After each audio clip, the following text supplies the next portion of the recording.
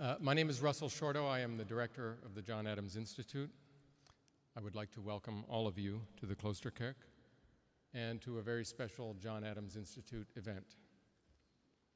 I'd like to thank at the outset our partners without whom this would not have been possible: the City of The Hague, the Ministry of Economic Affairs, Business Contact Publishers, Boekhandel Pachman, and the Holland-America Friendship Foundation.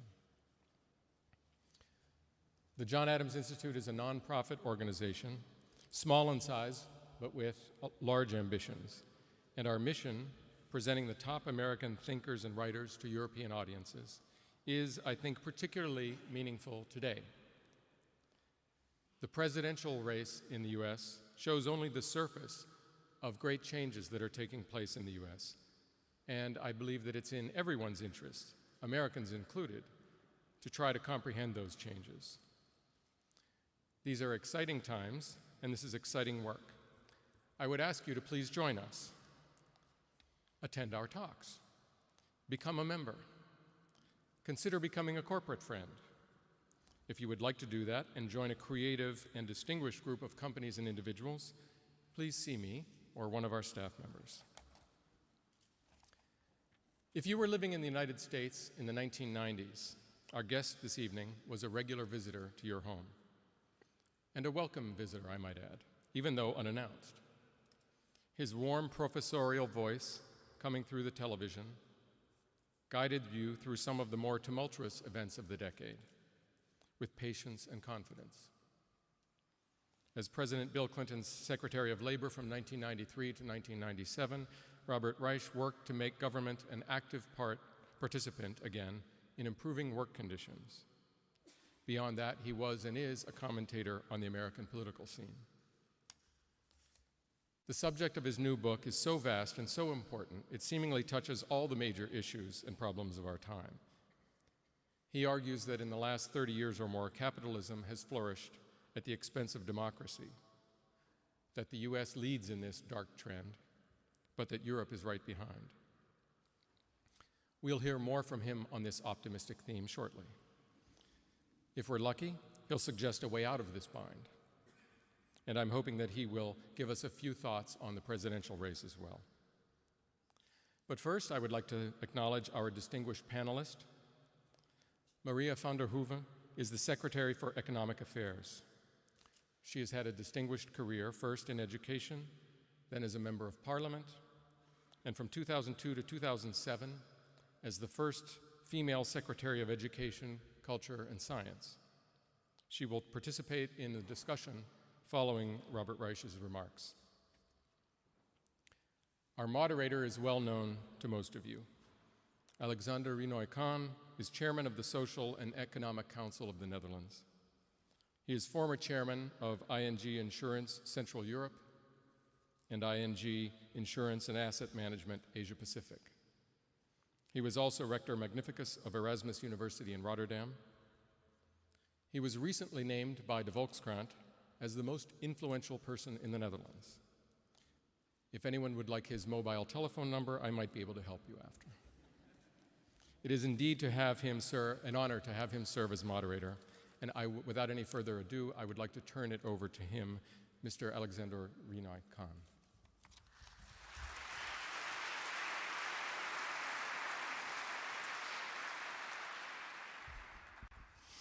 Thank you very much for that gracious introduction. I'm not aware of having given you my mobile phone number, but maybe I'm wrong. It's a pleasure, ladies and gentlemen, to be here to act as the moderator on this important event. And I was about to perhaps kick it off by introducing the main participant to that event, Robert Reich, to you, but Russell Shorto has just stolen most of my good lines in doing that himself. I was, of course, about to say that such a speaker generally needs no introduction whatsoever, but that it was helpful to remind you of some of the highlights of his career. More or less, that is what already has happened. So I won't remind you again of the distinguished academic track record of Mr. Reich, who is currently serving as a professor at the University of California, but previously was active at Harvard University and Brandeis University. He had a splendid education, including a Rhodes Scholarship that took him to University College in Oxford. And of course, most of us know him as the Secretary of Labor in the Clinton administration. It's a very distinguished political track record that I'm sure he may refer to once or twice tonight. Less known, I suppose, to most of you is what he did subsequently after the Clinton administration. For instance, he ran for governor of Massachusetts. In the style of Al Gore, we could introduce him as the former future governor of Massachusetts, which was a campaign that made a big impression but was ultimately unsuccessful, and that he was not elected but published a wonderful campaign book that was called I Will Be Short. I'm sure pun intended, as most of you guessed already. He has published, of course, a number of important books. One that I would like to mention specifically is a book called Reason, published in 2004, more or less a handbook for liberals in the United States, a country that is increasingly dominated by what he refers to as radcons, radical conservatives. And of course, what we are basically here for tonight is to celebrate the publication of his most recent book on Supercapitalism, a book that, of course, has been out for a while, has been generally well received. I've seen a few reviews, you may have seen some, of course, criticisms have been voiced. I think it calls for a debate. That is exactly the reason we are here tonight. One of the exploits of Professor Reich that was not mentioned by Russell Short, fortunately, is another claim to fame, because he recently revealed that he dated Hillary Clinton during their college days. And I suspect that he may have even succeeded in making her cry in that capacity. In which case we would love to hear all the details of that event. Professor Reich, in the wonderful American tradition, we can also address him as Mr. Secretary or Secretary Reich. These political titles cling to you for the rest of your life, but I think I may stick to his current role. Professor Reich will kick off tonight by summarizing his ideas in a brief introduction. Subsequently, I will be very happy to yield the floor to our own Secretary of Economic Affairs, Maria van der Hoeven, who has already been introduced and certainly needs no further introduction. And then, of course, after that, I hope that all of you will feel free to join in a subsequent debate that will help us to better appreciate the important ideas that Professor Reich is ready to share with us. I yield the floor to him now with great pleasure. Welcome to the Netherlands, Professor Reich.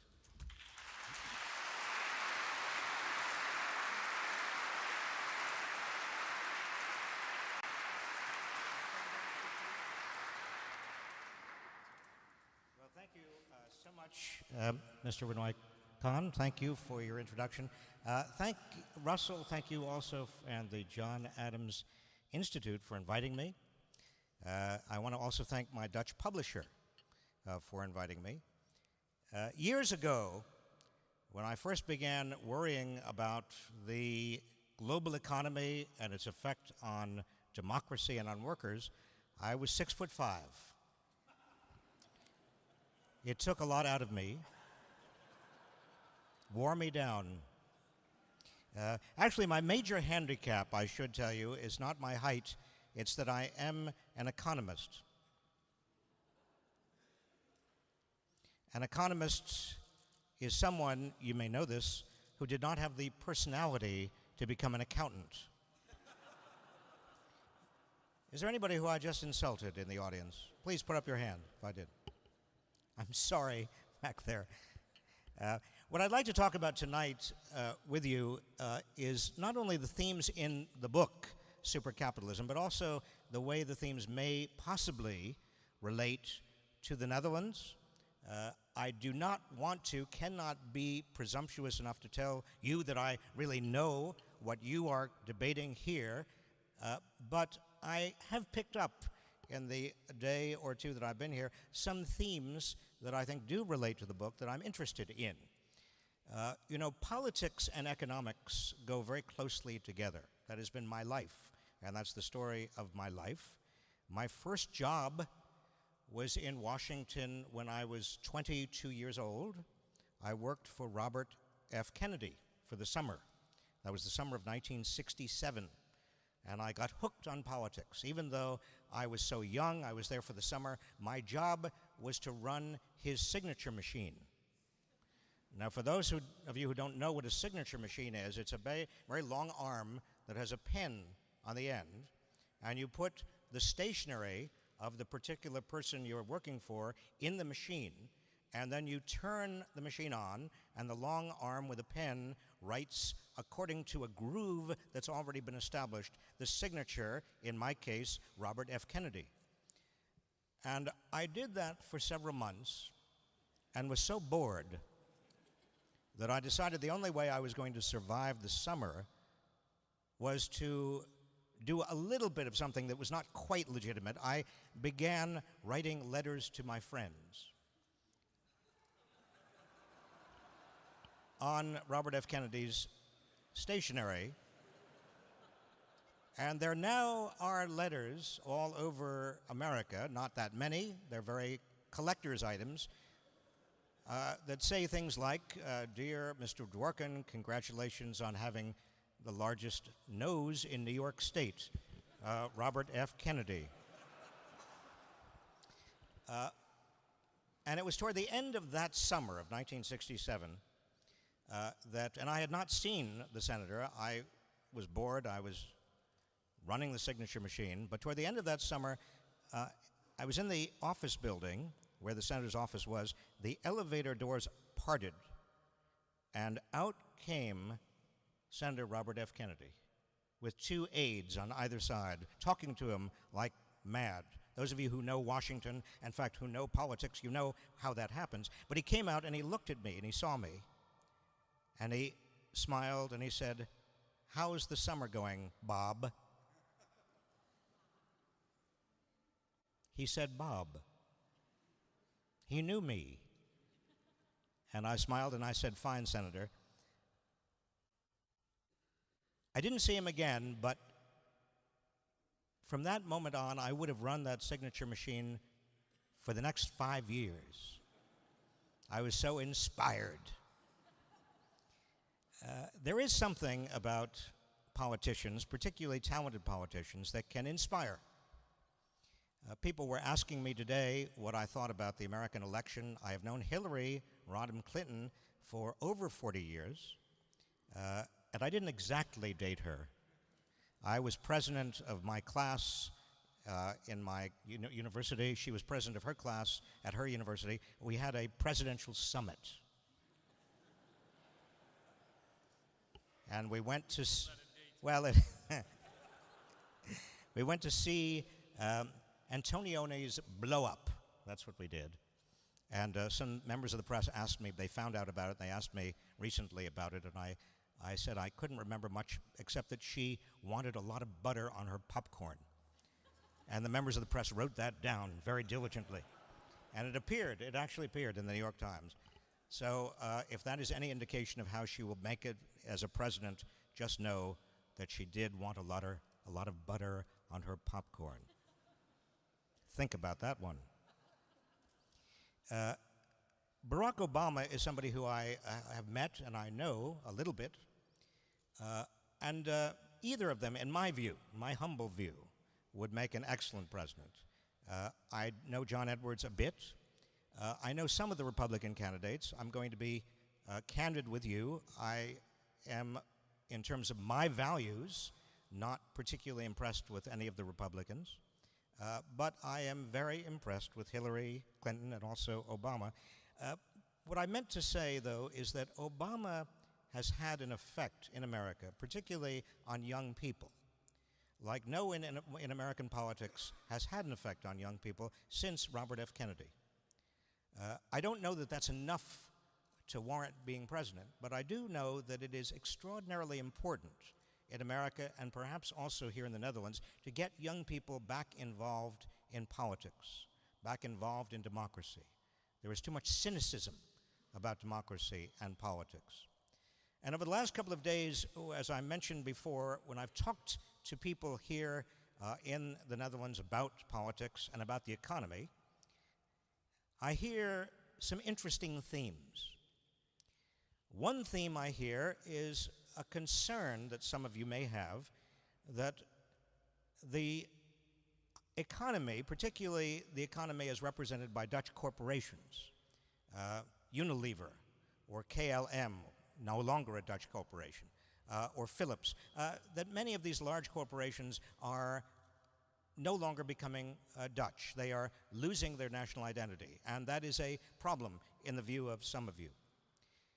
Well, I do not believe it's a problem, because my book really is about global capital markets and the way in which global capital markets are forcing every company that is a global player to become more and more competitive in pursuit of capital and also in pursuit of customers and also in pursuit of talent. Capital, customers, and talent. Every company that wants to be a global player has got to be intensely competitive in pursuit of every one of those. And that means that it doesn't matter whether Philips or Royal Dutch Shell or Unilever or KLM is a Dutch company or a Spanish company or an American-based company. Every global company has got to provide a high rate of return for shareholders. Every global company has got to provide good deals for customers. No global company can afford to favor any particular country or any particular people. I remember not that many years ago, I was talking to the president of, or the CEO of IBM, and I said, "Is IBM an American company?" And he looked at me squarely and he said, "No, IBM is a global company. In fact, we try very much to look like we are whatever country we are doing our business in is." The standard of living of people in the Netherlands, just like the standard of living of people in the United States or the standard of living of people in any jurisdiction, is coming to depend less and less on the success of companies headquartered in that country, and more on the value that people add to this increasingly interconnected global economy. Globalization is one of those terms to have gone directly from obscurity to meaninglessness without any intervening period of coherence. We think that globalization is about our companies versus your companies, but that is not the case any longer. When I was Secretary of Labor, I remember I needed to buy a new car. The family car died. I went on a Sunday to a car dealership and I found a terrific Toyota. And I was just about to buy it. I went back to my office the next Monday and I had a political assistant who got wind of this and said very politely, "Mr. Secretary, I understand you are planning to buy a Toyota. May I remind you, you are Secretary of Labor of the United States. And maybe it would be wiser to buy a Ford or a GM or a Chrysler." And I immediately saw the wisdom politically of that young man's approach. So I went to a Ford dealership the next week, and I found out a car that was almost as good as the Toyota. But I asked the Ford dealer one very pertinent question. I said, "I know that that has a Ford nameplate, but please tell me, was that car made here in the United States by American workers?" And the dealer looked at me for a long time, trying to figure out, was I one of those? Or was I one of those? And finally he looked up with a smile and said, "Which would you prefer?" But you see the point. There is no longer an American car. There's no longer a Japanese car. The parts, components, the service is coming from all over the world. Supply chains. That's the term we now use. Supply chains are now global. A few years ago, I had my hips replaced.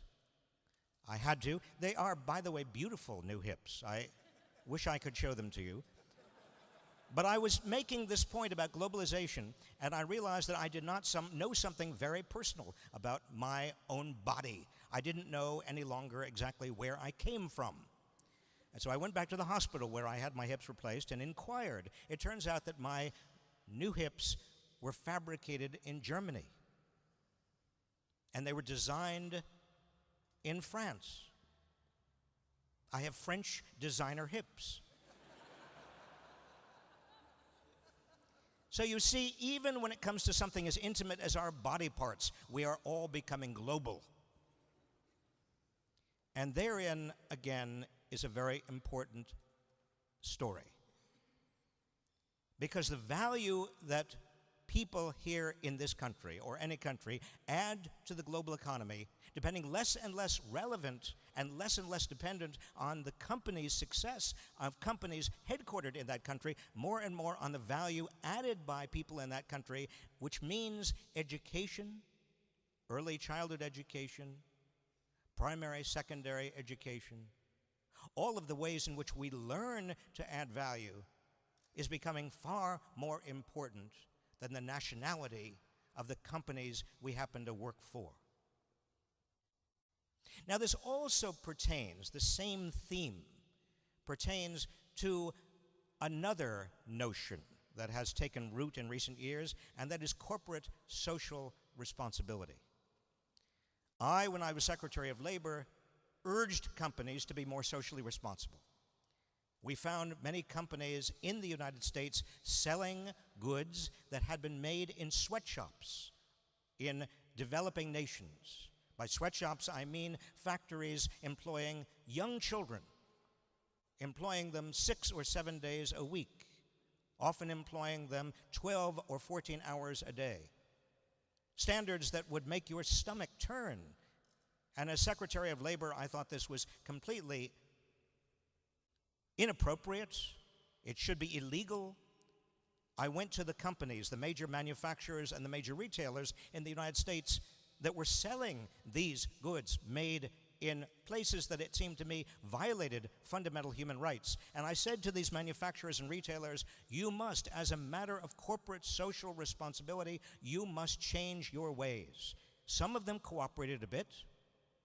Some of them better policed their supply chains.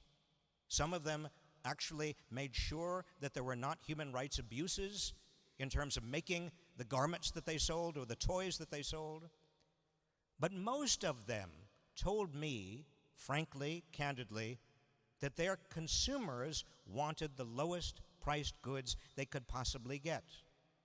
That their consumers, when confronted with a product that was so-called socially responsible but cost more, relative to a product that was less guaranteed to be socially responsible but cost less, their consumers would take the better deal. And indeed, research suggests that that is exactly the case. Companies pride themselves on being socially responsible and are selling corporate social responsibility as a matter of public relations, burnishing their corporate image. Starbucks is supposed to have a wonderful set of corporate responsibilities. Ben & Jerry's, part of Unilever, supports the plant life in the tropics and all sorts of wonderful environmental issues. We are very concerned in the United States at a company called Walmart, because it seems to be a bad company and it's violating, well, it's not violating the law, but it's providing very low wages. But you see, the problem with all of that logic about certain companies being good, certain companies being bad, corporate social responsibility, is that in the global competitive super-capitalist environment we now live in, no company can afford to sacrifice returns to investors or sacrifice good deals to consumers for the sake of some common good. Unless there is a law that requires a company or an international labor organization precept or a WTO requirement, unless there is something that requires a company to provide some social good or some social benefit, that company has less and less discretion in this new global economy than it ever had before, less discretion to sacrifice shareholder returns or consumer benefits. Now, where does that leave me? It leaves me with the following understanding. Whether we are talking about patriotic corporations, corporate citizens, corporations that are supposed to benefit the people who live in the country where the corporation is headquartered, or we're talking about corporate social responsibility, whatever we are talking about that is in addition to or besides a high return for investors or good deals for consumers, we are engaging in a land of mythology.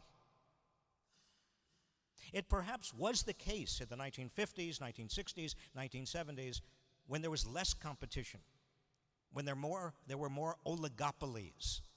There were more companies in the global economy that did not face much competition, that had more discretion to be socially responsible or to favor the nation in which they were headquartered. It could be in those days that these notions of patriotism and corporate social responsibility had real meaning. Today, I'm afraid, they are diversions. They are diversions from a more important political function. And that more important political function is to not only provide education and job training and opportunities for citizens to be productive and have high living standards, but also a political responsibility to respond to what economists would call externalities, social benefits or social bads, global warming, widening inequality, job instability, whatever problem there is with laws, with regulations, or with tax incentives that correspond to that social problem. And not rely on corporate patriotism, on corporate citizenship, or on corporate social responsibility to do it instead.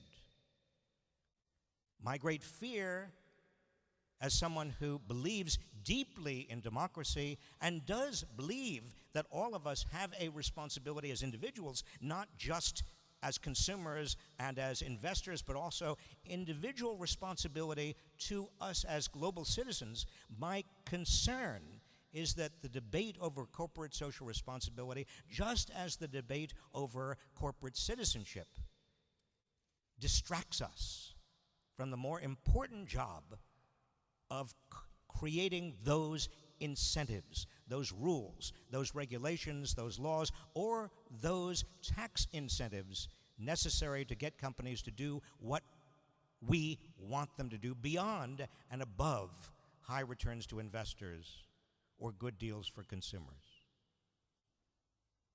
That's what our democracy and our democracies ought to be focused on.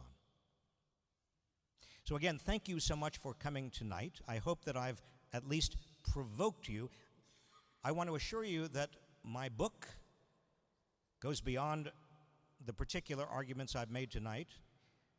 My book in the United States has provoked a lot of anger on the left of the political spectrum and on the right of the political spectrum, so I must be correct in my arguments. Thank you very much.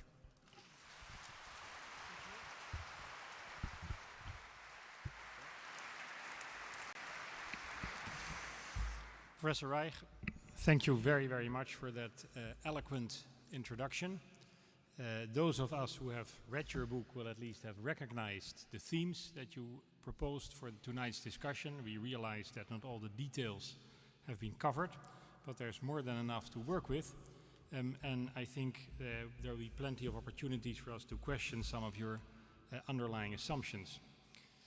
I think, in fairness, that the themes that you raise are ones that many of us will recognize as extremely relevant also to the citizens of this country and the inhabitants of this continent. And yet, in a way, some of your approaches, to me at least, are very American in the way they describe the world we live in and the role corporations play in that world. And perhaps one of the interesting outcomes of this event could be also an opportunity to share with you the perspective that we in this part of the world have of the role that corporations should or can play in helping us towards a better future, a future that is brighter not just in terms of our roles as consumers and investors, but also as our roles of responsible citizens who vie for a genuinely better world. Your book, to some extent, is also a book of strong dichotomies. You talk about capitalism and democracy as two different sides of the same coin with very different roles. The interface between the two, of course, is where most of the action is and should be, and indeed that is where you propose the action should take place. You talk, I think, strikingly about the schizophrenia of modern citizens in being perhaps concerned on one hand, but at the same time driven primarily by their needs as consumers and investors, and ultimately more strongly guided by the latter role than by the former role. And you talk, I think, quite cynically about corporate social responsibility as a genuine ingredient of company policy. And indeed, your perspective on companies as bundles of contracts, as you call them, is perhaps not the one that we would immediately recognize as being most relevant to us today as we try to shape the future of this part of the world. So there is a lot of stuff here that we could cover and try to cover, but I think very few people are as qualified to start that debate as our own Minister of Economic Affairs, who of course is in the middle of these issues politically, has a significant political responsibility in dealing with many of them, who has graciously hosted or co-hosted Professor Reich's visit to the Netherlands, and to whom I'm very happy to yield the floor now for her first response to Professor Reich's remark. Minister van der Hoeven.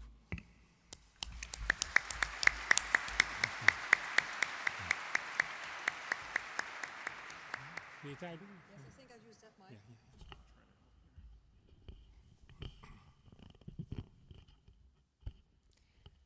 I'm not standing on this altar every day, but I was here once before, and then we discussed also the position of the Netherlands in Europe and in the world. It was the theme on globalization. Thank you very much for being here, Mr. Reich. I think it's very important that we here in the Netherlands learn from the American view, learn from the American situation, and also learn from the solutions that you are proposing for the American situation. And I can imagine that your book aroused anger, but anger is an emotion. And I think if a book doesn't arouse emotion, there's something wrong with the book. So I think it's very good that we are now discussing what you are trying to tell us through your book. And I recognize the trends in our societies. I recognize these trends you refer to as supercapitalism. And I also subscribe that this ongoing globalization is an important driving force in this respect. But it brings us benefits, many benefits. But besides that, people are also concerned about certain developments, as you just told us.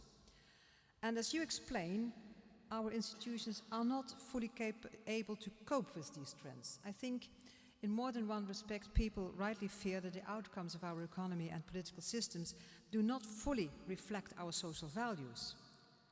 And if not properly addressed, these concerns may undermine public support for open markets, and that's the basis for our wealth.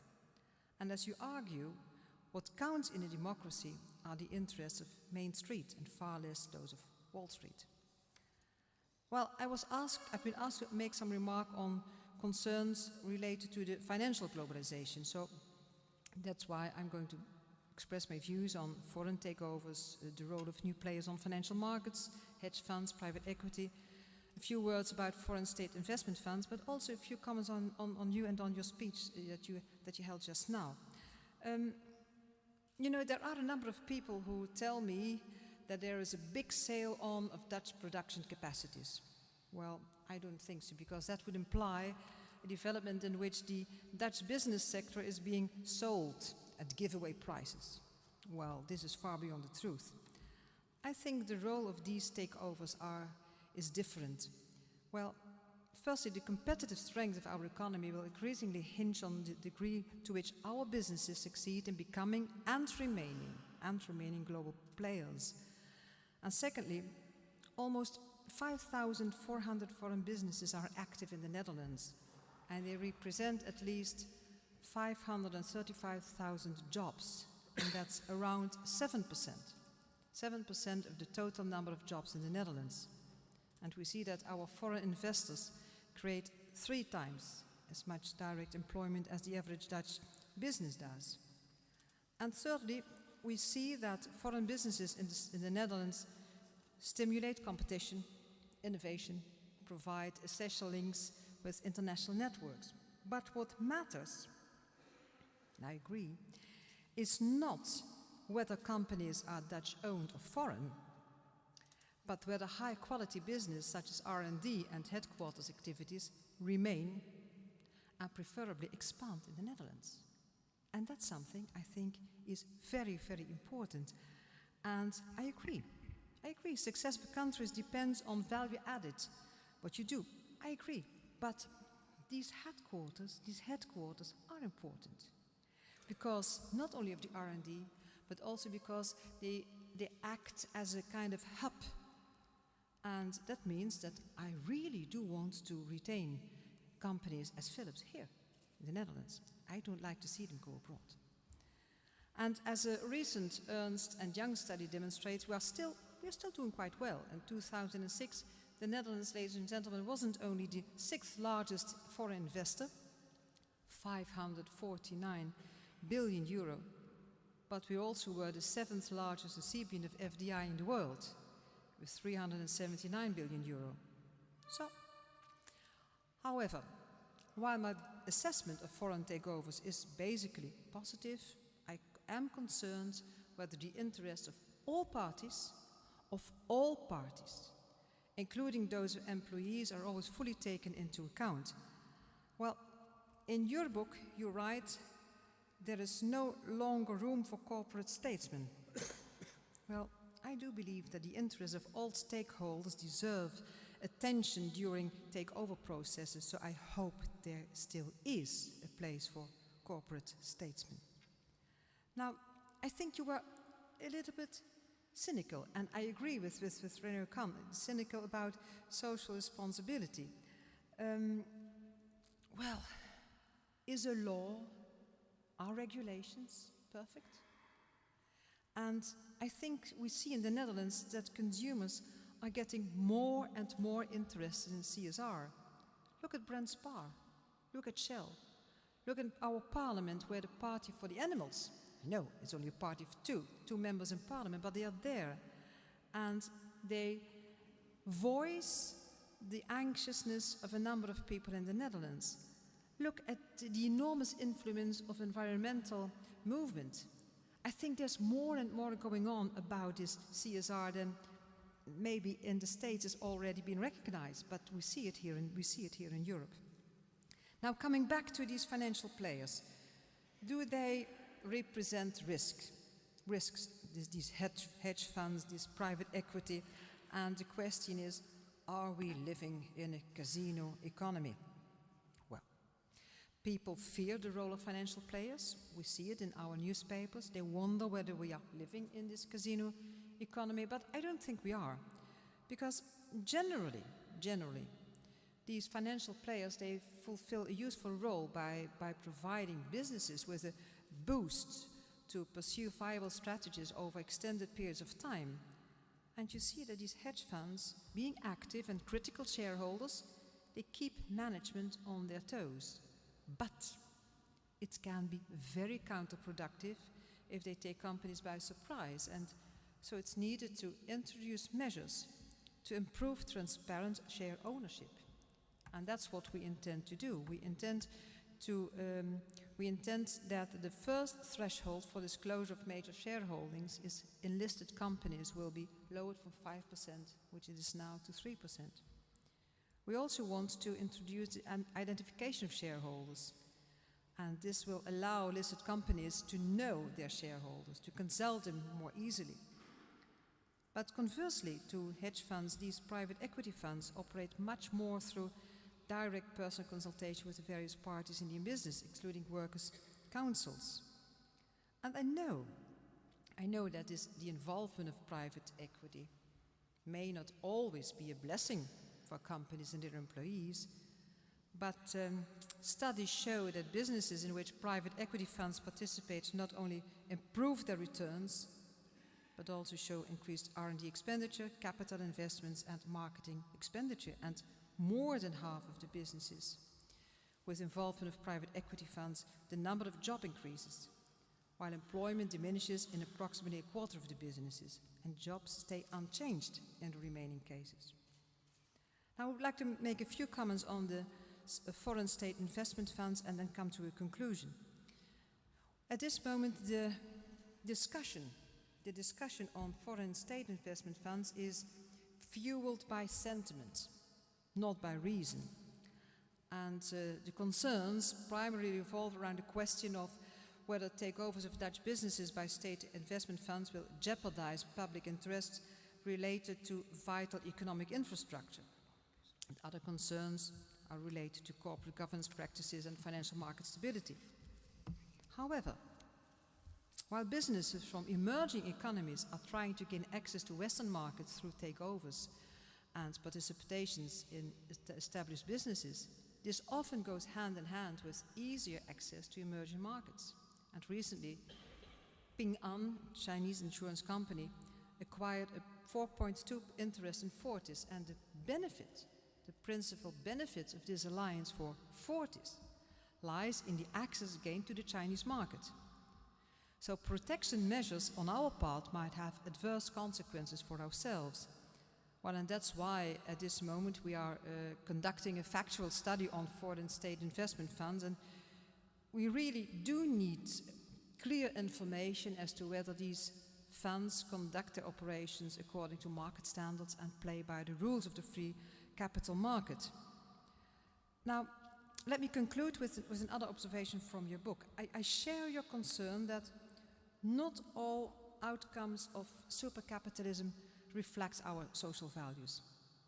However, I doubt whether it is because supercapitalism has become more responsive and democracy has grown less responsive to what our societies want.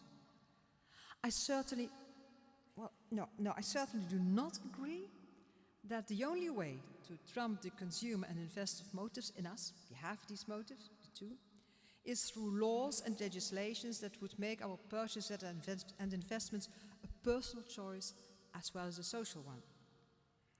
And I wonder how social values of different societies could be well reflected in an international economic system of open markets, completely framed through global laws and legislations. But to conclude, I think your book is food for thought and for discussion. And I think, we discussed this afternoon, I think we share the same goal, but we come from a different starting point. But the same goal is that we need to find a right balance between our social values and that the things we are longing for as a consumer and an investor. And your book might help. Thank you.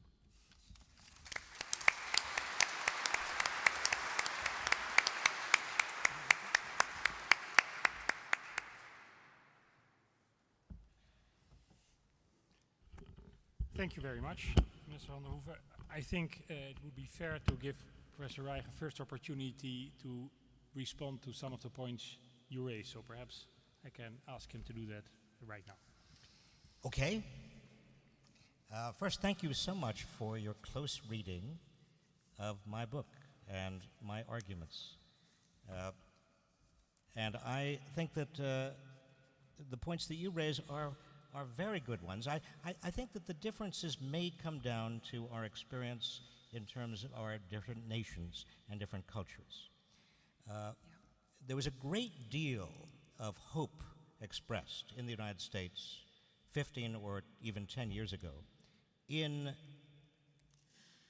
corporations headquartered in the United States putting more research in the United States.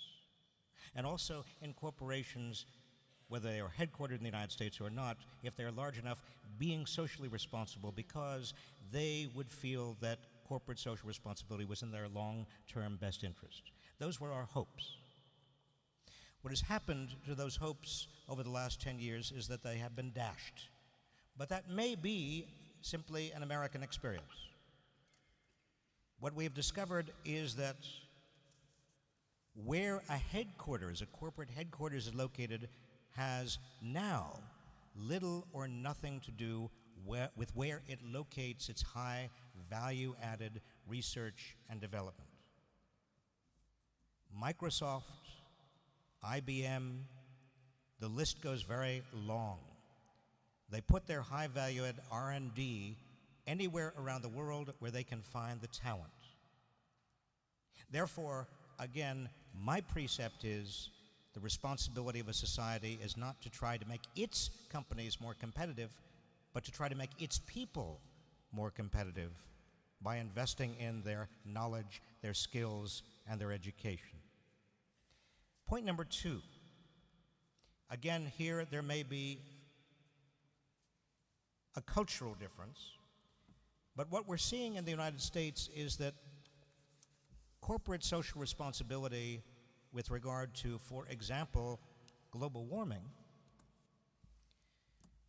is generating a great deal of public relations, a great deal of advertising about this company, like General Electric, GE, being a green company, investing in green technologies. But on closer inspection, we find that most of those investments are either for the purpose of public relations, or they are in anticipation of laws and rules which will require companies to become green. If there is not such law or rule, if we do not, for example, eventually subscribe to the Kyoto Protocol, for example, much of that will be shown to be mere public relations. There is no substitute, in my view, for laws and rules or incentives. And I'm perfectly prepared to agree that tax incentives may be preferable to a regulation, but whether they're laws or rules or incentives, some particular reasons why a company will depart from a profit motive in this kind of super competitive environment we now live in. And finally, on sovereign investment funds. I didn't get to this in my talk, but let me just say, I think we agree completely. There is nothing wrong with a sovereign investment fund, a national state investment fund, buying a company, so long as certain requirements are met. And some of the requirements we are beginning to look at in the United States, some of the criteria we're looking at in the United States is, number one, is the company that's being bought in any way strategic? That is it important to our national defense? Is it important to other aspects of national security? Can we not diversify the sources? Is it a source of a particular unique natural resource? If so, then we need to be very careful about that sovereign fund from another state. And secondly, is ownership a majority ownership, a controlling ownership, or is it a non-majority ownership? The United States, given that we are so indebted right now, and under the current administration, our national debt has expanded from actually a surplus in 2000 to a $4 trillion national debt. And therefore, we are, in a way, dependent on China and Japan and other nations more profoundly than any sovereign wealth fund would generate that kind of dependence. We need to begin reforming our fiscal house, at least in the United States, before we worry about what sovereign wealth funds are doing. Again, thank you for your very thoughtful responses. Well, maybe in two remarks. One has to do with Kyoto and Bali. If you permit me to say so, please sign as a country. The second thing with your sovereign wealth funds, you're quite right. We see at this moment here in the Netherlands that, of course, you can do something to protect your strategic sectors. We do it with energy, with infrastructure in energy, in water. We can do that. And of course, companies themselves have their own possibilities to do this protective, to take these protective measures. But the moment that we keep this money out of our country, I think we are doing the wrong thing. Because the money is there, the money is useful, it brings prosperity, but I quite agree there are certain requirements, there are certain conditions that have to be met. And that's what the discussion has to be, those are the points that have to be discussed. What are the conditions that have to be met? And then it's clear for everyone who comes here that the open market is there, and we have an open market in the Netherlands. We are a small country in a large surrounding world, and if we really want to keep our prosperity, we have to keep this openness of our country. And this means for money, for capital, and also for labor, because this is what we need, and this is what brought us our prosperity and what will bring us our prosperity in the future. And that's a different, of course, a different position than the United States have. I don't want to spoil the fun, but there is, of course, something. Let me just briefly talk about these sovereign wealth funds. I'm not sure it's the most important topic for tonight, but let me just make one observation here. As long as these sovereign wealth funds behave like normal investors are supposed to behave, there's no problem whatsoever. Perhaps accepting the case that Professor Reich also referred to, in which they would be eager to acquire what we could think of as a strategic interest.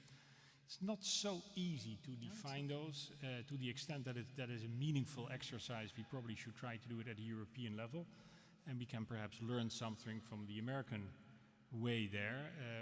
A very interesting recent case, of course, was when a consortium tried to acquire control over American ports that was controlled itself from, I think, Dubai. At the end of the day, that effort was successful.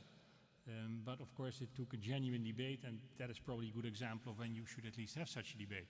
What worries, I think, a few people is, in addition to these issues, the very size, the projected size of these sovereign wealth funds over time. We've all seen these predictions. Let's say 10 years from now, the amount of money available to these funds will just be beyond our imagination.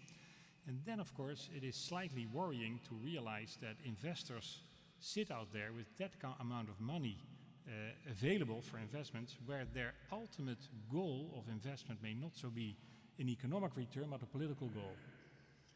And then, of course, I think there are reasons to become a little bit nervous that so much of our economy, such a significant fraction of our Western economies, may at some point be controlled by huge investors who may not live up to our standards of transparency to begin with, and whose ultimate goal in holding those investments may not be, again, economic but political. And of course, if you are in control of these significant investments, you are also in control to some extent of what could happen on our major capital markets. And again, that interest may not be driven by your ultimate monetary aims, but by what you might want to achieve politically, including opportunities to create turmoil when it suits your political needs. That, I think, is what ultimately would worry me. And at the same time, it's very hard to think of any possible way to defend ourselves properly against that particular threat, which again is not there yet, but which may well materialize a number of years from now. I don't know if you want to respond, but again, it's not the most crucial issue here. Let me raise two other issues that I think are closer to the heart of your book, and then perhaps also invite the audience to join and add their own questions and observations. I think two issues that certainly should be addressed, especially given our own political traditions, are first of all your call for, if you will, an awakening of the national state in countering the threats of supercapitalism. You describe supercapitalism as almost a relentless machine that rolls on, is rather footloose, hard to grasp. It rolls on relentlessly, ultimately successful because you claim, at least, that at the end of the day, our interests as investors and consumers will prevail over whatever concerns we might feel as citizens of whatever country. And your cure, if you will, against this particular diagnosis is to just encourage the democracies all over the world, if they don't like what supercapitalism does, to create national laws to stop them or to at least counteract the negative side effects. What strikes me is your reliance and your faith in national laws to be ultimately effective in doing that. So even if your analysis is correct, my first question would be, what makes you so sure that national laws, and especially national laws of a small country like the Netherlands, can stop this relentless machine, if the machine is really as efficient as you claim it to be? Because if it really is that efficient, then we should realize that, of course, a small country like the Netherlands itself will have to compete and will be forced to compete by the same logic of your arguments against other nations who will be eager, for reasons the minister explained, to attract the capital of supercapitalism and who therefore will not have complete freedom to set their own goals and standards, but will have to weigh the effects of those standards on their attractiveness as locations for super capitalist activities that we all love because they create jobs and prosperity. So I could well imagine that you look for a response, but I would have expected you to pay much more attention to the opportunities for international action, international treaties, international activities, organizations like the ILO perhaps. And yet in your book there is hardly any reference to those. So that would be my first question. My second question would be on corporate social responsibility, inevitably. And again, you're very, I think, cynical, skeptical, critical analysis of what that could ultimately accomplish. And I really believe that, at least from the speaking from tradition of this country, we have good reason to be somewhat more optimistic, I certainly don't want to rule out the ultimate need for, in terms of sticks and carrots, laws as the ultimate safeguard of what we want to accomplish in this country. But we have, I think, a few genuine success stories to report. And let me just briefly describe one of them to you. It has to do with the implementation of environmental policies in the Netherlands. This is a process that started in the 90s, and very much at the beginning of that process, companies were given a choice, essentially a choice where the government said, we will have certain environmental goals that we want to pursue. We will be quite specific as to what these goals are, but we will give you a fair opportunity to basically organize yourself around those goals and realize them on a voluntary basis. We'll give you a fair opportunity to do that, and we will only intervene if we find out through objective measurements that you have failed in reaching those objectives. And as a result of that freedom, I think companies in the Netherlands on a sectoral basis organized themselves extremely effectively, and over a period of about 10-12 years were by any reasonable standard very successful in realizing those environmental goals, using ways that appeal to them technically and economically, but at the end of the day reaching a political goal, I think more effectively, more cheaply if you will, more efficiently than many of our neighboring countries in Europe were able to do, using the, if you will, conventional methods of just setting laws and demanding companies to abide by those laws, period. So, of course, there are many more details to this case, and some members in the audience I know were involved in getting us there. It was not always easy, but I think it illustrates my point. There is room for companies taking genuine responsibility for what are ultimately national political goals and making significant progress there. And then the interesting point that I want to add to that observation is that if you look at the statistics, you claim in your book, and I agree, that there is no significant difference in terms of hard economic performance between companies that do well on this scale and companies that ignore the calls of social responsibility. But the interesting point is there may not be a big positive difference, but there certainly is no negative difference either. If you look at the data, for instance, assembled by the Dow Jones Sustainability Index, one of the best examples of where these companies are assembled and tested objectively on their adherence to environmental goals, then you find that their performance is certainly no worse than what the average company has done. So it is possible for companies to genuinely add to the social good of a nation, at the same time live up to all the standards that supercapitalism imposes. And I think we should encourage them to do so and be glad that they so often do. So I think you're being too negative on corporate social responsibility, and I think you're too positive on what national laws ultimately can accomplish. Well, you've made yourself clear.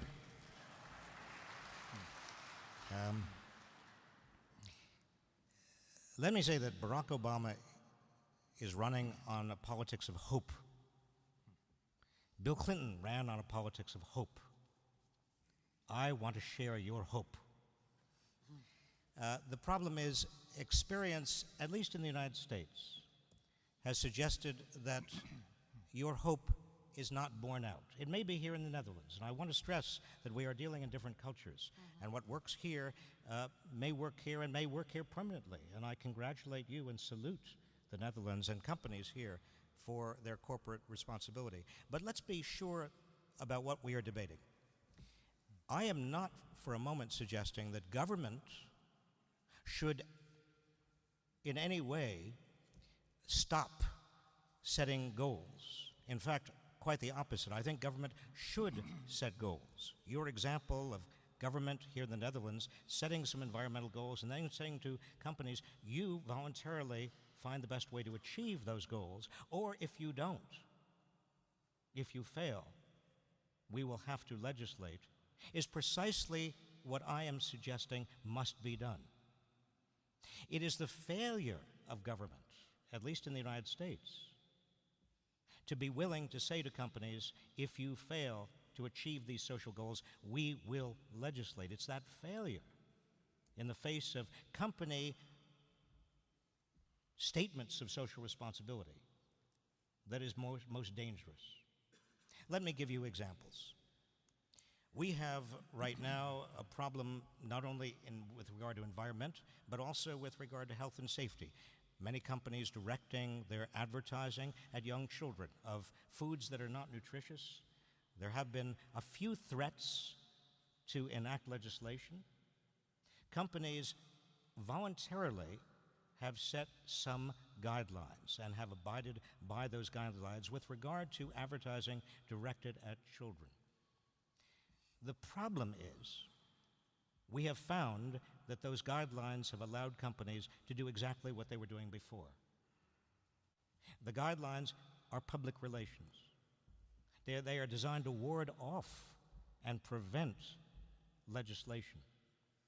They are not designed to actually cost the companies anything. Now, you say that corporate social responsibility does not cost a company anything with regard to the environment, and that may be the case. But we also know from many examples that corporate social responsibility, at least of a sort that companies profess to engage in, has been quite costly, and that's why companies have stopped doing it. Sun-kissed tuna, a major tuna manufacturer in the United States, a cannery, was under pressure from lobbyists, from corporate social responsibility people, to stop providing dolphin tuna that would kill dolphins in the processing. And they came up after a lot of investment with a system of dolphin-free tuna. But it turned out that American consumers were not willing to spend any additional money to help Sun-Kissed recoup the costs of that dolphin-free tuna. So what did Sun-Kissed do? It had already made those investments. It went to Congress and got a law passed to require all of Sun-Kissed's competitors to do exactly what Sun-Kissed did in providing dolphin-safe tuna. Now, that may be an example of corporate social responsibility, but it is also an example of corporations responding to their bottom lines. I want to also make sure that when we talk about supercapitalism, we're not talking about a relentless machine. I don't see it as a relentless machine. I see it as the demands of consumers and investors to get better and better deals in a global economy that is providing better and better deals. Consumers, at least in the United States, again, there may be a big difference between Europe and the United States. Consumers in the United States are saying, we want the best deals possible. We can now find them in the global economy. Walmart will provide them. Somebody will provide them. We therefore don't want to pay what is additionally required If additional expenditures are required for health, for safety, for stable jobs, for jobs that are not outsourced abroad, for jobs that don't denude main streets, for big box retailers, for all sorts of other, thank you very much, for all sorts of other potential sources of social unrest. We consumers want the best deal possible. We investors want the best deal possible. But what I posit is that in all of us, there is not just a consumer and investor, there is also a citizen and a worker concerned about citizen and worker goals. And it's that tension that actually is the most interesting tension. Very often I ask my students, do you shop for the best possible deal that you can get with regard to cut-rate airline ticket fares from one city to another? And the students say yes. And then I ask them, how many of you are concerned about the plight of unionized airline workers who are losing their jobs because of cut-rate airlines? And they say yes. I say, isn't there a slight cognitive dissonance between your roles as consumers and your roles as citizens or people concerned about social welfare? And they understand that there may be. My hypothesis is that in many areas of life, globalization gives us opportunities as consumers and investors to have terrific deals, but those terrific deals violate some of our norms as citizens and as workers. And it's in that tension that we need a democratic or political forum in which to give vent and voice to those public goals and public needs. Now, finally, you say a small country like the Netherlands may not be able to do what a large country in a large market like the United States can do. And it can only do them setting norms and standards, perhaps through international mechanisms. Well, that is exactly right. And in the book I talk about the EU, the European Union, and the United States being in a special place because these two markets are so large that almost every global business wants to do business in Europe or the United States. That gives the European Union and the United States potentially a very large extraterritorial impact of laws and rules and incentives in terms of setting global norms. In the United States, for example, the Foreign Corrupt Practices Act, which requires every company doing business in the United States, not only headquartered in the United States, to avoid certain corrupt practices that may undermine democracies around the world. That act, although not perfect, has had a very significant impact, extraterritorial impact beyond the United States. The European Union could and does, in many respects, have the same sort of laws. Why not with regard to other social costs? Why not with regard to the environment? The ILO and the WTO, yes, they can have a greater impact, but as you know, the WTO considers itself to be in the business of trade rather than social concerns other than trade. Indeed, the WTO will often say that a nation's social or environmental concern is a non-tariff barrier. The WTO may be the last place in the world that you can get the kind of laws or rules or incentives in place that I'm talking about. So again, this may be a matter of differences in culture. I am not cynical. I think I'm being realistic about the limits of corporations, not because they are bad or evil, but for exactly the opposite reason. Because in a global competitive environment, corporations find themselves less able to be socially responsible than they were perhaps 20 years ago, when corporate statesmen and social responsibility were possible because there was more discretion and the environment was less intensely competitive. Thank you very much. I think most cynics who call themselves realists are disappointed idealists at heart. So maybe you belong in that category as well. Before we go on, I would like to ask the Minister if she wants to contribute to this particular item. Well, just a few remarks.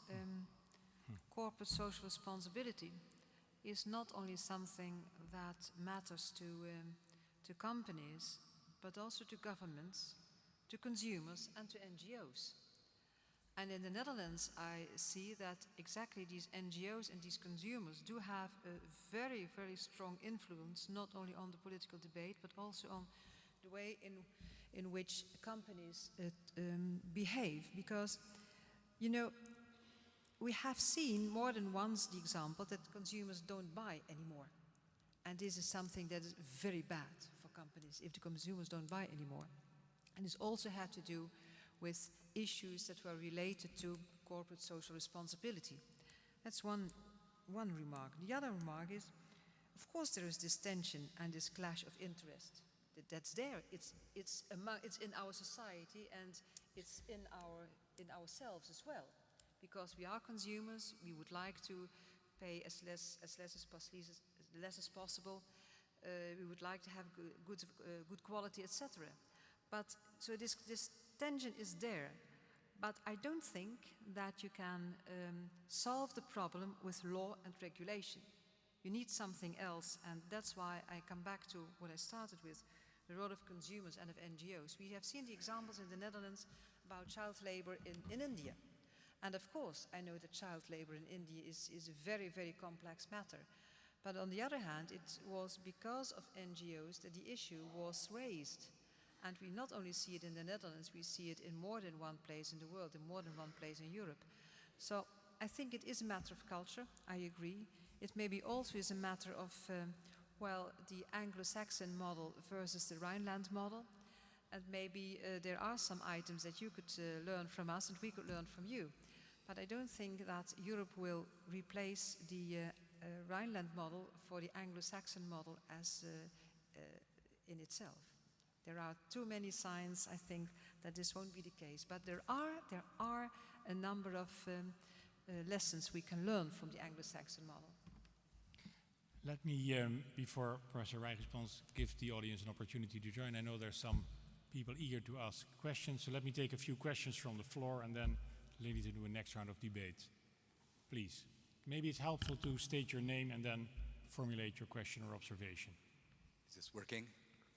Yeah, my name is Greg Slota, and I want to get your thoughts, Secretary Reich and colleagues on the panel, as to the role of philanthropy, and to separate out where you think we are at the time of supercapitalism from perhaps where we were in the 1920s.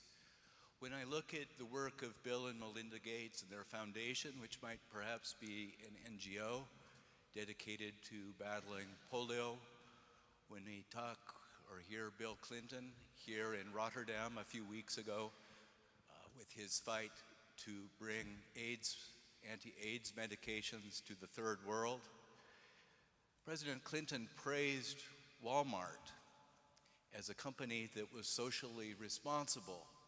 He said, if everyone buys a screw-in light bulb, a fluorescent light bulb at Walmart, we will have generated enough savings where I don't know how many power plants will not need to be built.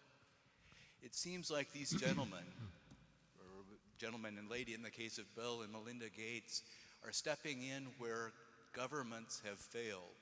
Well, world government has failed.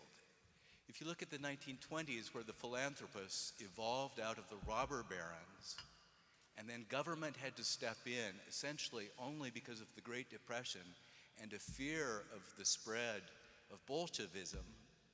Well, right now we don't have Bolshevism, but we do have the role of these people as extremely important, perhaps at the same time, while in the case of Microsoft, laws are being violated, competition being squashed. What do you see as the difference between the 1920s and these individuals and now under your vision of supercapitalism? Thank you very much. Let's take a few more questions, and then there's a gentleman over there, I think, wanted to ask a question. Yeah, or there. Just go ahead. Hi, my name is Thomas O'Neill, and I was completely, well, I looked at Obama, so I thought I'll go to something political. Completely inspired me. I completely agree with you, with your analysis on investing in people and not in home-based economies. But I disagree with your analysis on, again, legislation, just like Rinnooy Kan. And I'll say that I have a question just like Rinnooy Kan, but it's just like Rinnooy Kan, just a comment. I do not agree on your divide between democracy and capitalism. As if public value would be better generated through democracy than through the freedom to buy whatever you want, the freedom of economic freedoms, as opposed to political freedoms. I'd say that both types of freedom, political and economic, go hand in hand and make our public value. And as long as I have the freedom to vote for any party available and to shape one, it's just the same as I have the freedom to buy whatever I want, and that together, along with different and other freedoms, make public value. And you said you may want to enact legislation when companies fail to live up to certain public values, because we're caught in the best deal, best economic deal, or the supercapitalism. But wouldn't you think when people are educated, like you'd say, investing in people, that they would keep in mind their values in relation to environment and other public values that I think you would rather see in democracy and not in capitalism, when I'd say they go hand in hand? So isn't legislation just a certain government value and not a public value? Because public value is generated through both political and economic freedom. Thank you. One more question, and then I'll return to Professor Reich.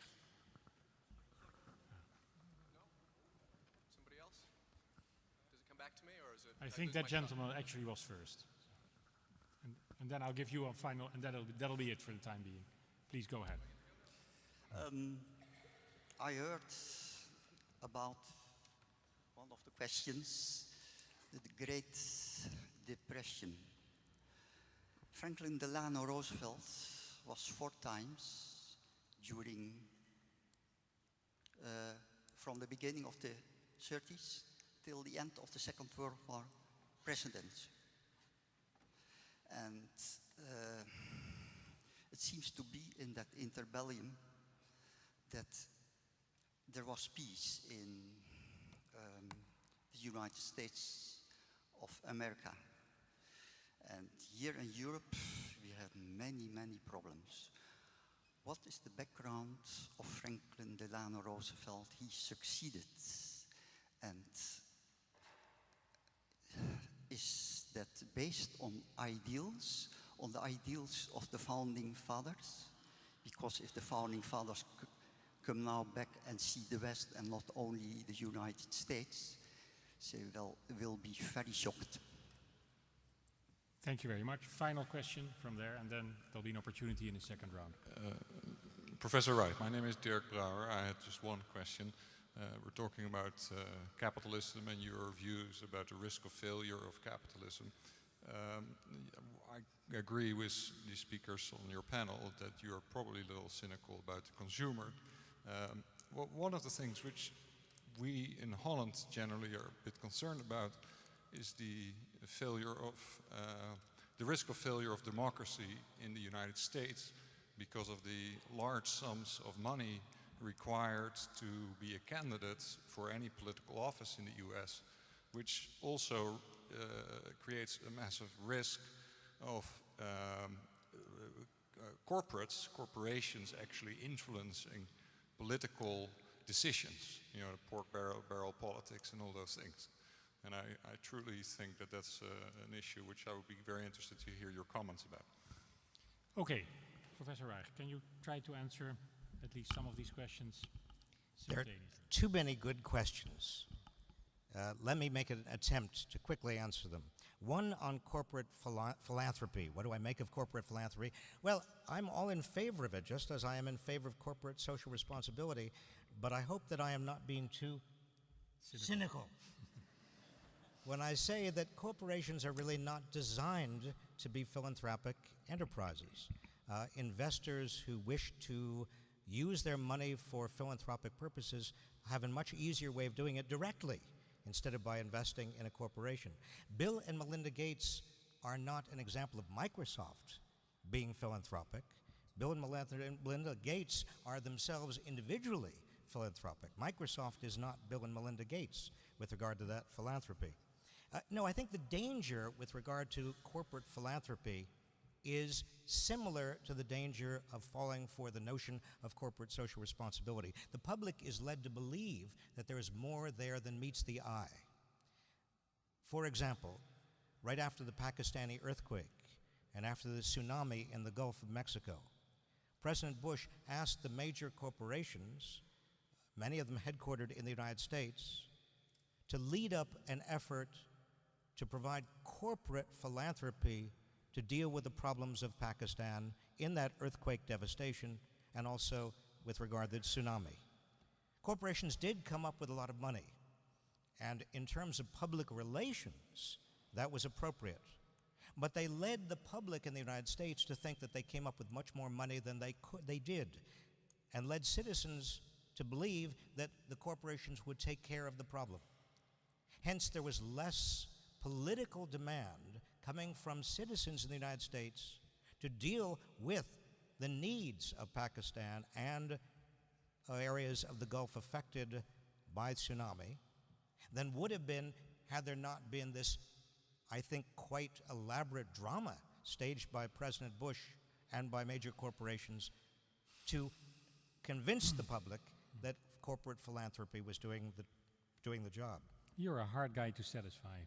And Either No. they don't do anything and you blame them, or they do and then you blame them for taking the interest away from the state. No. In terms of cynicism, I believe that, with all due respect, you are being cynical about democracy and the ability of democracy to actually do what democracy is set up to do, and that is express corporate concerns. Let me just get on to praising and blaming companies. I don't believe, and again, this may be a cultural difference, I don't believe that corporations are people. Corporations do not have morality. There are not things such as immoral companies or moral companies, good companies or bad companies. With regard to Walmart, President Clinton praised them. Many people in the United States blame Walmart. Walmart is neither praiseworthy or blameworthy. Walmart is simply trying to do what corporations try to do in this highly competitive super-capitalist system, and that is maximize shareholder returns. I'm not blaming them for doing that. But the rules of the game in which competition occurs are public responsibilities. The notion that we can somehow separate the economy from politics, the market from government, is illusory. Markets organized are organized by public decisions made explicitly or implicitly. Which gets us to the next question, and that is capitalism and democracy. And I was asked to speed up a little bit, so I will. The conceit, at least in the United States, was that capitalism was necessary for democracy, and that capitalism would inevitably lead to democracy. That's what our foreign policy with regard to China was all about. We assumed that if China became capitalist, it would necessarily be democratic. And that was a conceit. Capitalism may be necessary for democracy, but it doesn't inevitably lead to democracy. Capitalism is necessary but not sufficient. And again, in my book, I talk about the necessity of citizens protecting and developing democracy.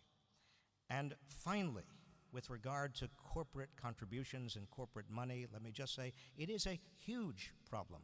But unlike the classic assessment from the left of the political spectrum that says that corporations are somehow conspiring with each other to subdue and undermine democracy with all their money, that's not what I discovered. In researching this book, Supercapitalism, I discovered that most corporate money in politics is there because competitors' money is there. Google began hiring a platoon of lawyers and lobbyists and public relations professionals. Why? Because Microsoft and Yahoo had their platoons in Washington, and Google was worried that if it didn't have its platoon of lobbyists and public relations professionals and lawyers, then when it came to issues of antitrust or intellectual property or trade, issues that would affect the competitive position of Google relative to Microsoft and Yahoo, Microsoft and Yahoo's lobbyists and public relations professionals and lawyers would prevail. So it's an arms race. That's what's happening. It's happening not only in Washington, it's also happening in Brussels. It's an arms race. And like any arms race, there can be a gain from mutual de-escalation if all parties understand that that is what is needed. Thank you. Minister van der Hoeven. Two observations. One has to do with philanthropy and the other with the ultimate goal of companies, maximizing profits. Well, starting with philanthropy, there's nothing wrong with philanthropy, not at all. But it can't be a hideaway. It can't be placed instead of governmental responsibility. And that's where I agree with you. And I think it's very important that a government and a government policy sees to it that that philanthropy, as we had it in the 1920s, etc., is not going to come back to our society, because that would mean that there won't be any minimum wages anymore, that there wouldn't be an access to education for everybody, and that we have problems with our disabled and with our social deprived. So philanthropy, nothing wrong with it, but it can't be put in place of the governmental responsibility. Then my second observation is about the ultimate goal of companies, maximizing profits. Well, in the shareholders' world, I think it's quite true. But in the Netherlands, we learned to live in a stakeholders' world. And I call to your memory the fight we always had against water. And if we had not solved it by doing things together, there was just one other way, that was we had been drowned, we were gone. We had to cooperate, we had to work together, and maybe that's why we learned that it's not only the shares that are important, but that the stakeholders and their interests are important in the same way as shareholders' interests are important. As long as we avoid the word polder model, that's fine with me. I did. Thank you. I did my best. Our time is already running out. I'll take two more questions, and then I'm afraid that will have to be it for tonight. The gentleman over there already was disappointed last time around, I think. Yeah. So now it's your turn. Great. I'm from the United States, and maybe your ears were burning yesterday evening because as I put your book down, I stood up and applauded, which is something I've never done when I finished a book. And what I thought was brilliant about the book is that people in the United States are increasingly divorced from democracy. And if you don't understand that, I think that you're missing something which could have very important consequences for the future of the whole world. You wonder why we don't sign Kyoto and Bali? You think that Reich should sign that? Americans want to sign that, but we're so divorced from the democracy, we have so little power that we can't get things done that we want to have done. So, Professor Reich, what I think is extraordinary about your book is it has the potential to open the door again to American democracy. My question for you is, who or what should I be supporting in order to restore that?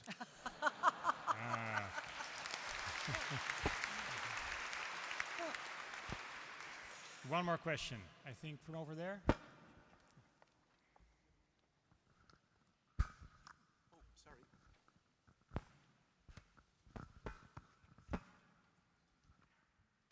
From The Hague.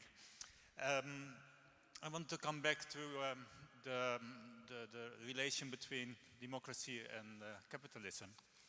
And I think I can agree to you that as consumers, we normally don't behave as citizens. I remember last year, I'm very concerned about global heating, and of course I took 3 times low-cost fare to Southern Europe. But I think there's another reason to be pessimistic, and that's the reason for that is that we governments and treat their citizens increasingly as consumers. For example, they address to them as clients, and they provide services, and even in elections they really treat them as a kind of consumers should be gained and with marketing machine directed to them. So I would wonder whether you could relate to this. Thank you. Professor Reich, your final statement. Well, let me say, first of all, that the question of who or what should we be supporting, those of us, particularly in the United States, who care about democracy, is very much on my mind. I'm reminded of a comment that Franklin D. Roosevelt, so the gentleman referred back there to Franklin D. Roosevelt, made in the election of 1936, when a voter came up to him and said, "Mr. President, I would love to vote for you, but you must promise to do this and this and this and this." And Roosevelt turned to that voter during that election of 1936 and said, "Ma'am, I would like to do everything that you want me to do, but you, if I'm elected, you must make me. You must make me." Now, I don't know about the Dutch political system, and I certainly can't presume to say anything about it, but I can tell you that in the American political system, having served at the cabinet level, nothing good happens in American democracy unless people are organized and activated and mobilized to make it happen. So I ask myself, with regard to what can we Americans do, because American democracy, I agree with the comment made a moment ago. American democracy is not working. Most people feel disenfranchised. Most people feel deeply cynical about democracy. What or who can Americans support? Although I'm a long-time friend of Hillary Rodham Clinton, and I think she will make a wonderful president, what does intrigue me and excite me about Obama's candidacy is his capacity to get young people engaged and excited about politics again, to create a different kind of politics, even in the short time we've had these primaries going on. And the Iowa primary had an electrifying effect in terms of convincing American voters that it was possible for an African American in a state with 95% white voters to actually win on the basis of what he said and what he stood for, and not the color of his skin, and thereby heal one of the deepest wounds in American society, and thereby potentially, and I say potentially, transform American democracy.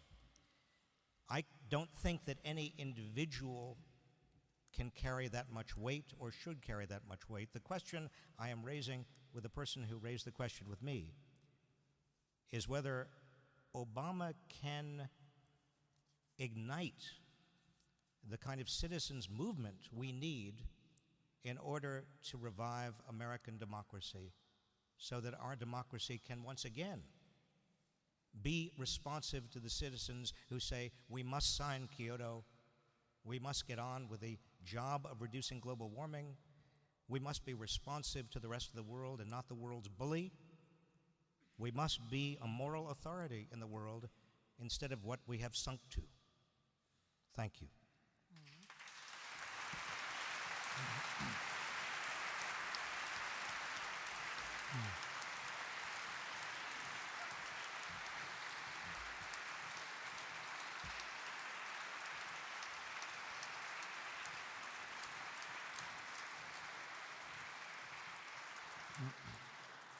Professor Reich, thank you very, very much.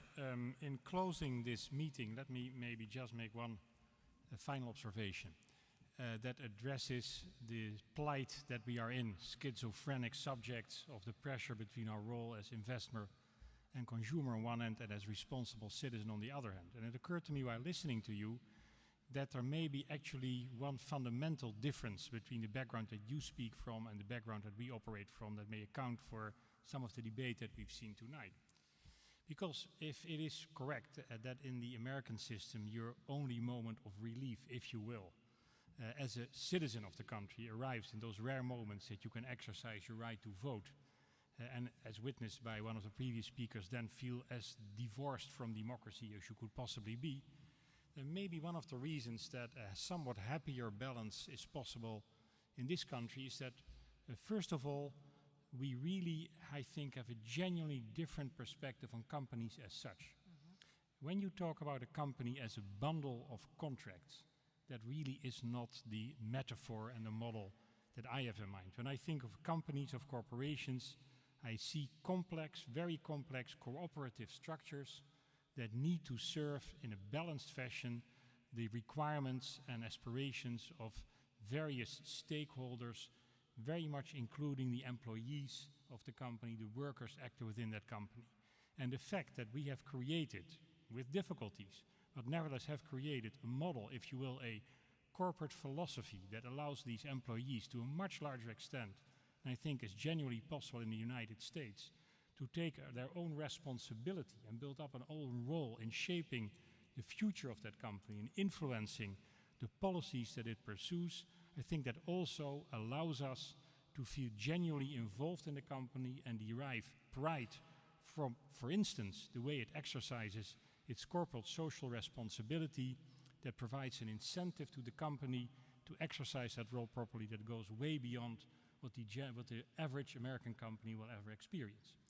So there is, I think, some hope to be derived from the model that we have tried to pursue over the past decades. I don't want to claim that our democracy functions significantly better than the American one. I think we have our own problems in translating wishes of the electorate into an outcome of an electoral process. But in the combination of voter and employee, I think we may have a somewhat better personal balance than may be possible in other systems. And if that is the case, then I would still feel that your book serves as a very powerful reminder of the important role of the state in creating an appropriate equilibrium between what supercapitalism can do for us and what it can damage at the same time.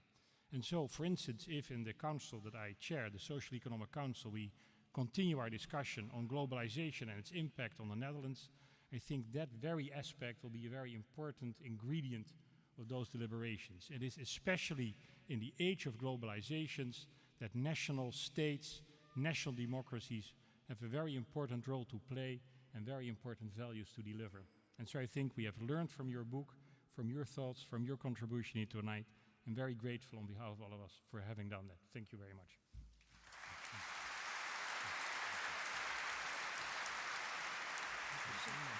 Really lovely. If I could just add the observation that I think that sparked by the last round of questions, the panel began to get at some of the themes that are inherent in Professor Reich's book, which bring it down to the level of the individual and his belief that there's a need to re-educate the individual to see the need to become an active citizen as well as a super consumer. And I think that in my limited experience living in this country, there does seem to be a difference at the ground level as well as at the corporate level. And if to the extent that this discussion has begun to explore that sort of difference between the Netherlands and the US, then I think we've served our purpose. I would like to thank the panel. I would like to thank Alexander Rinnooy Kan and Minister Maria van der Hoeven. And I would like to express my great thanks to Robert Reich and to all of you as well. Thanks.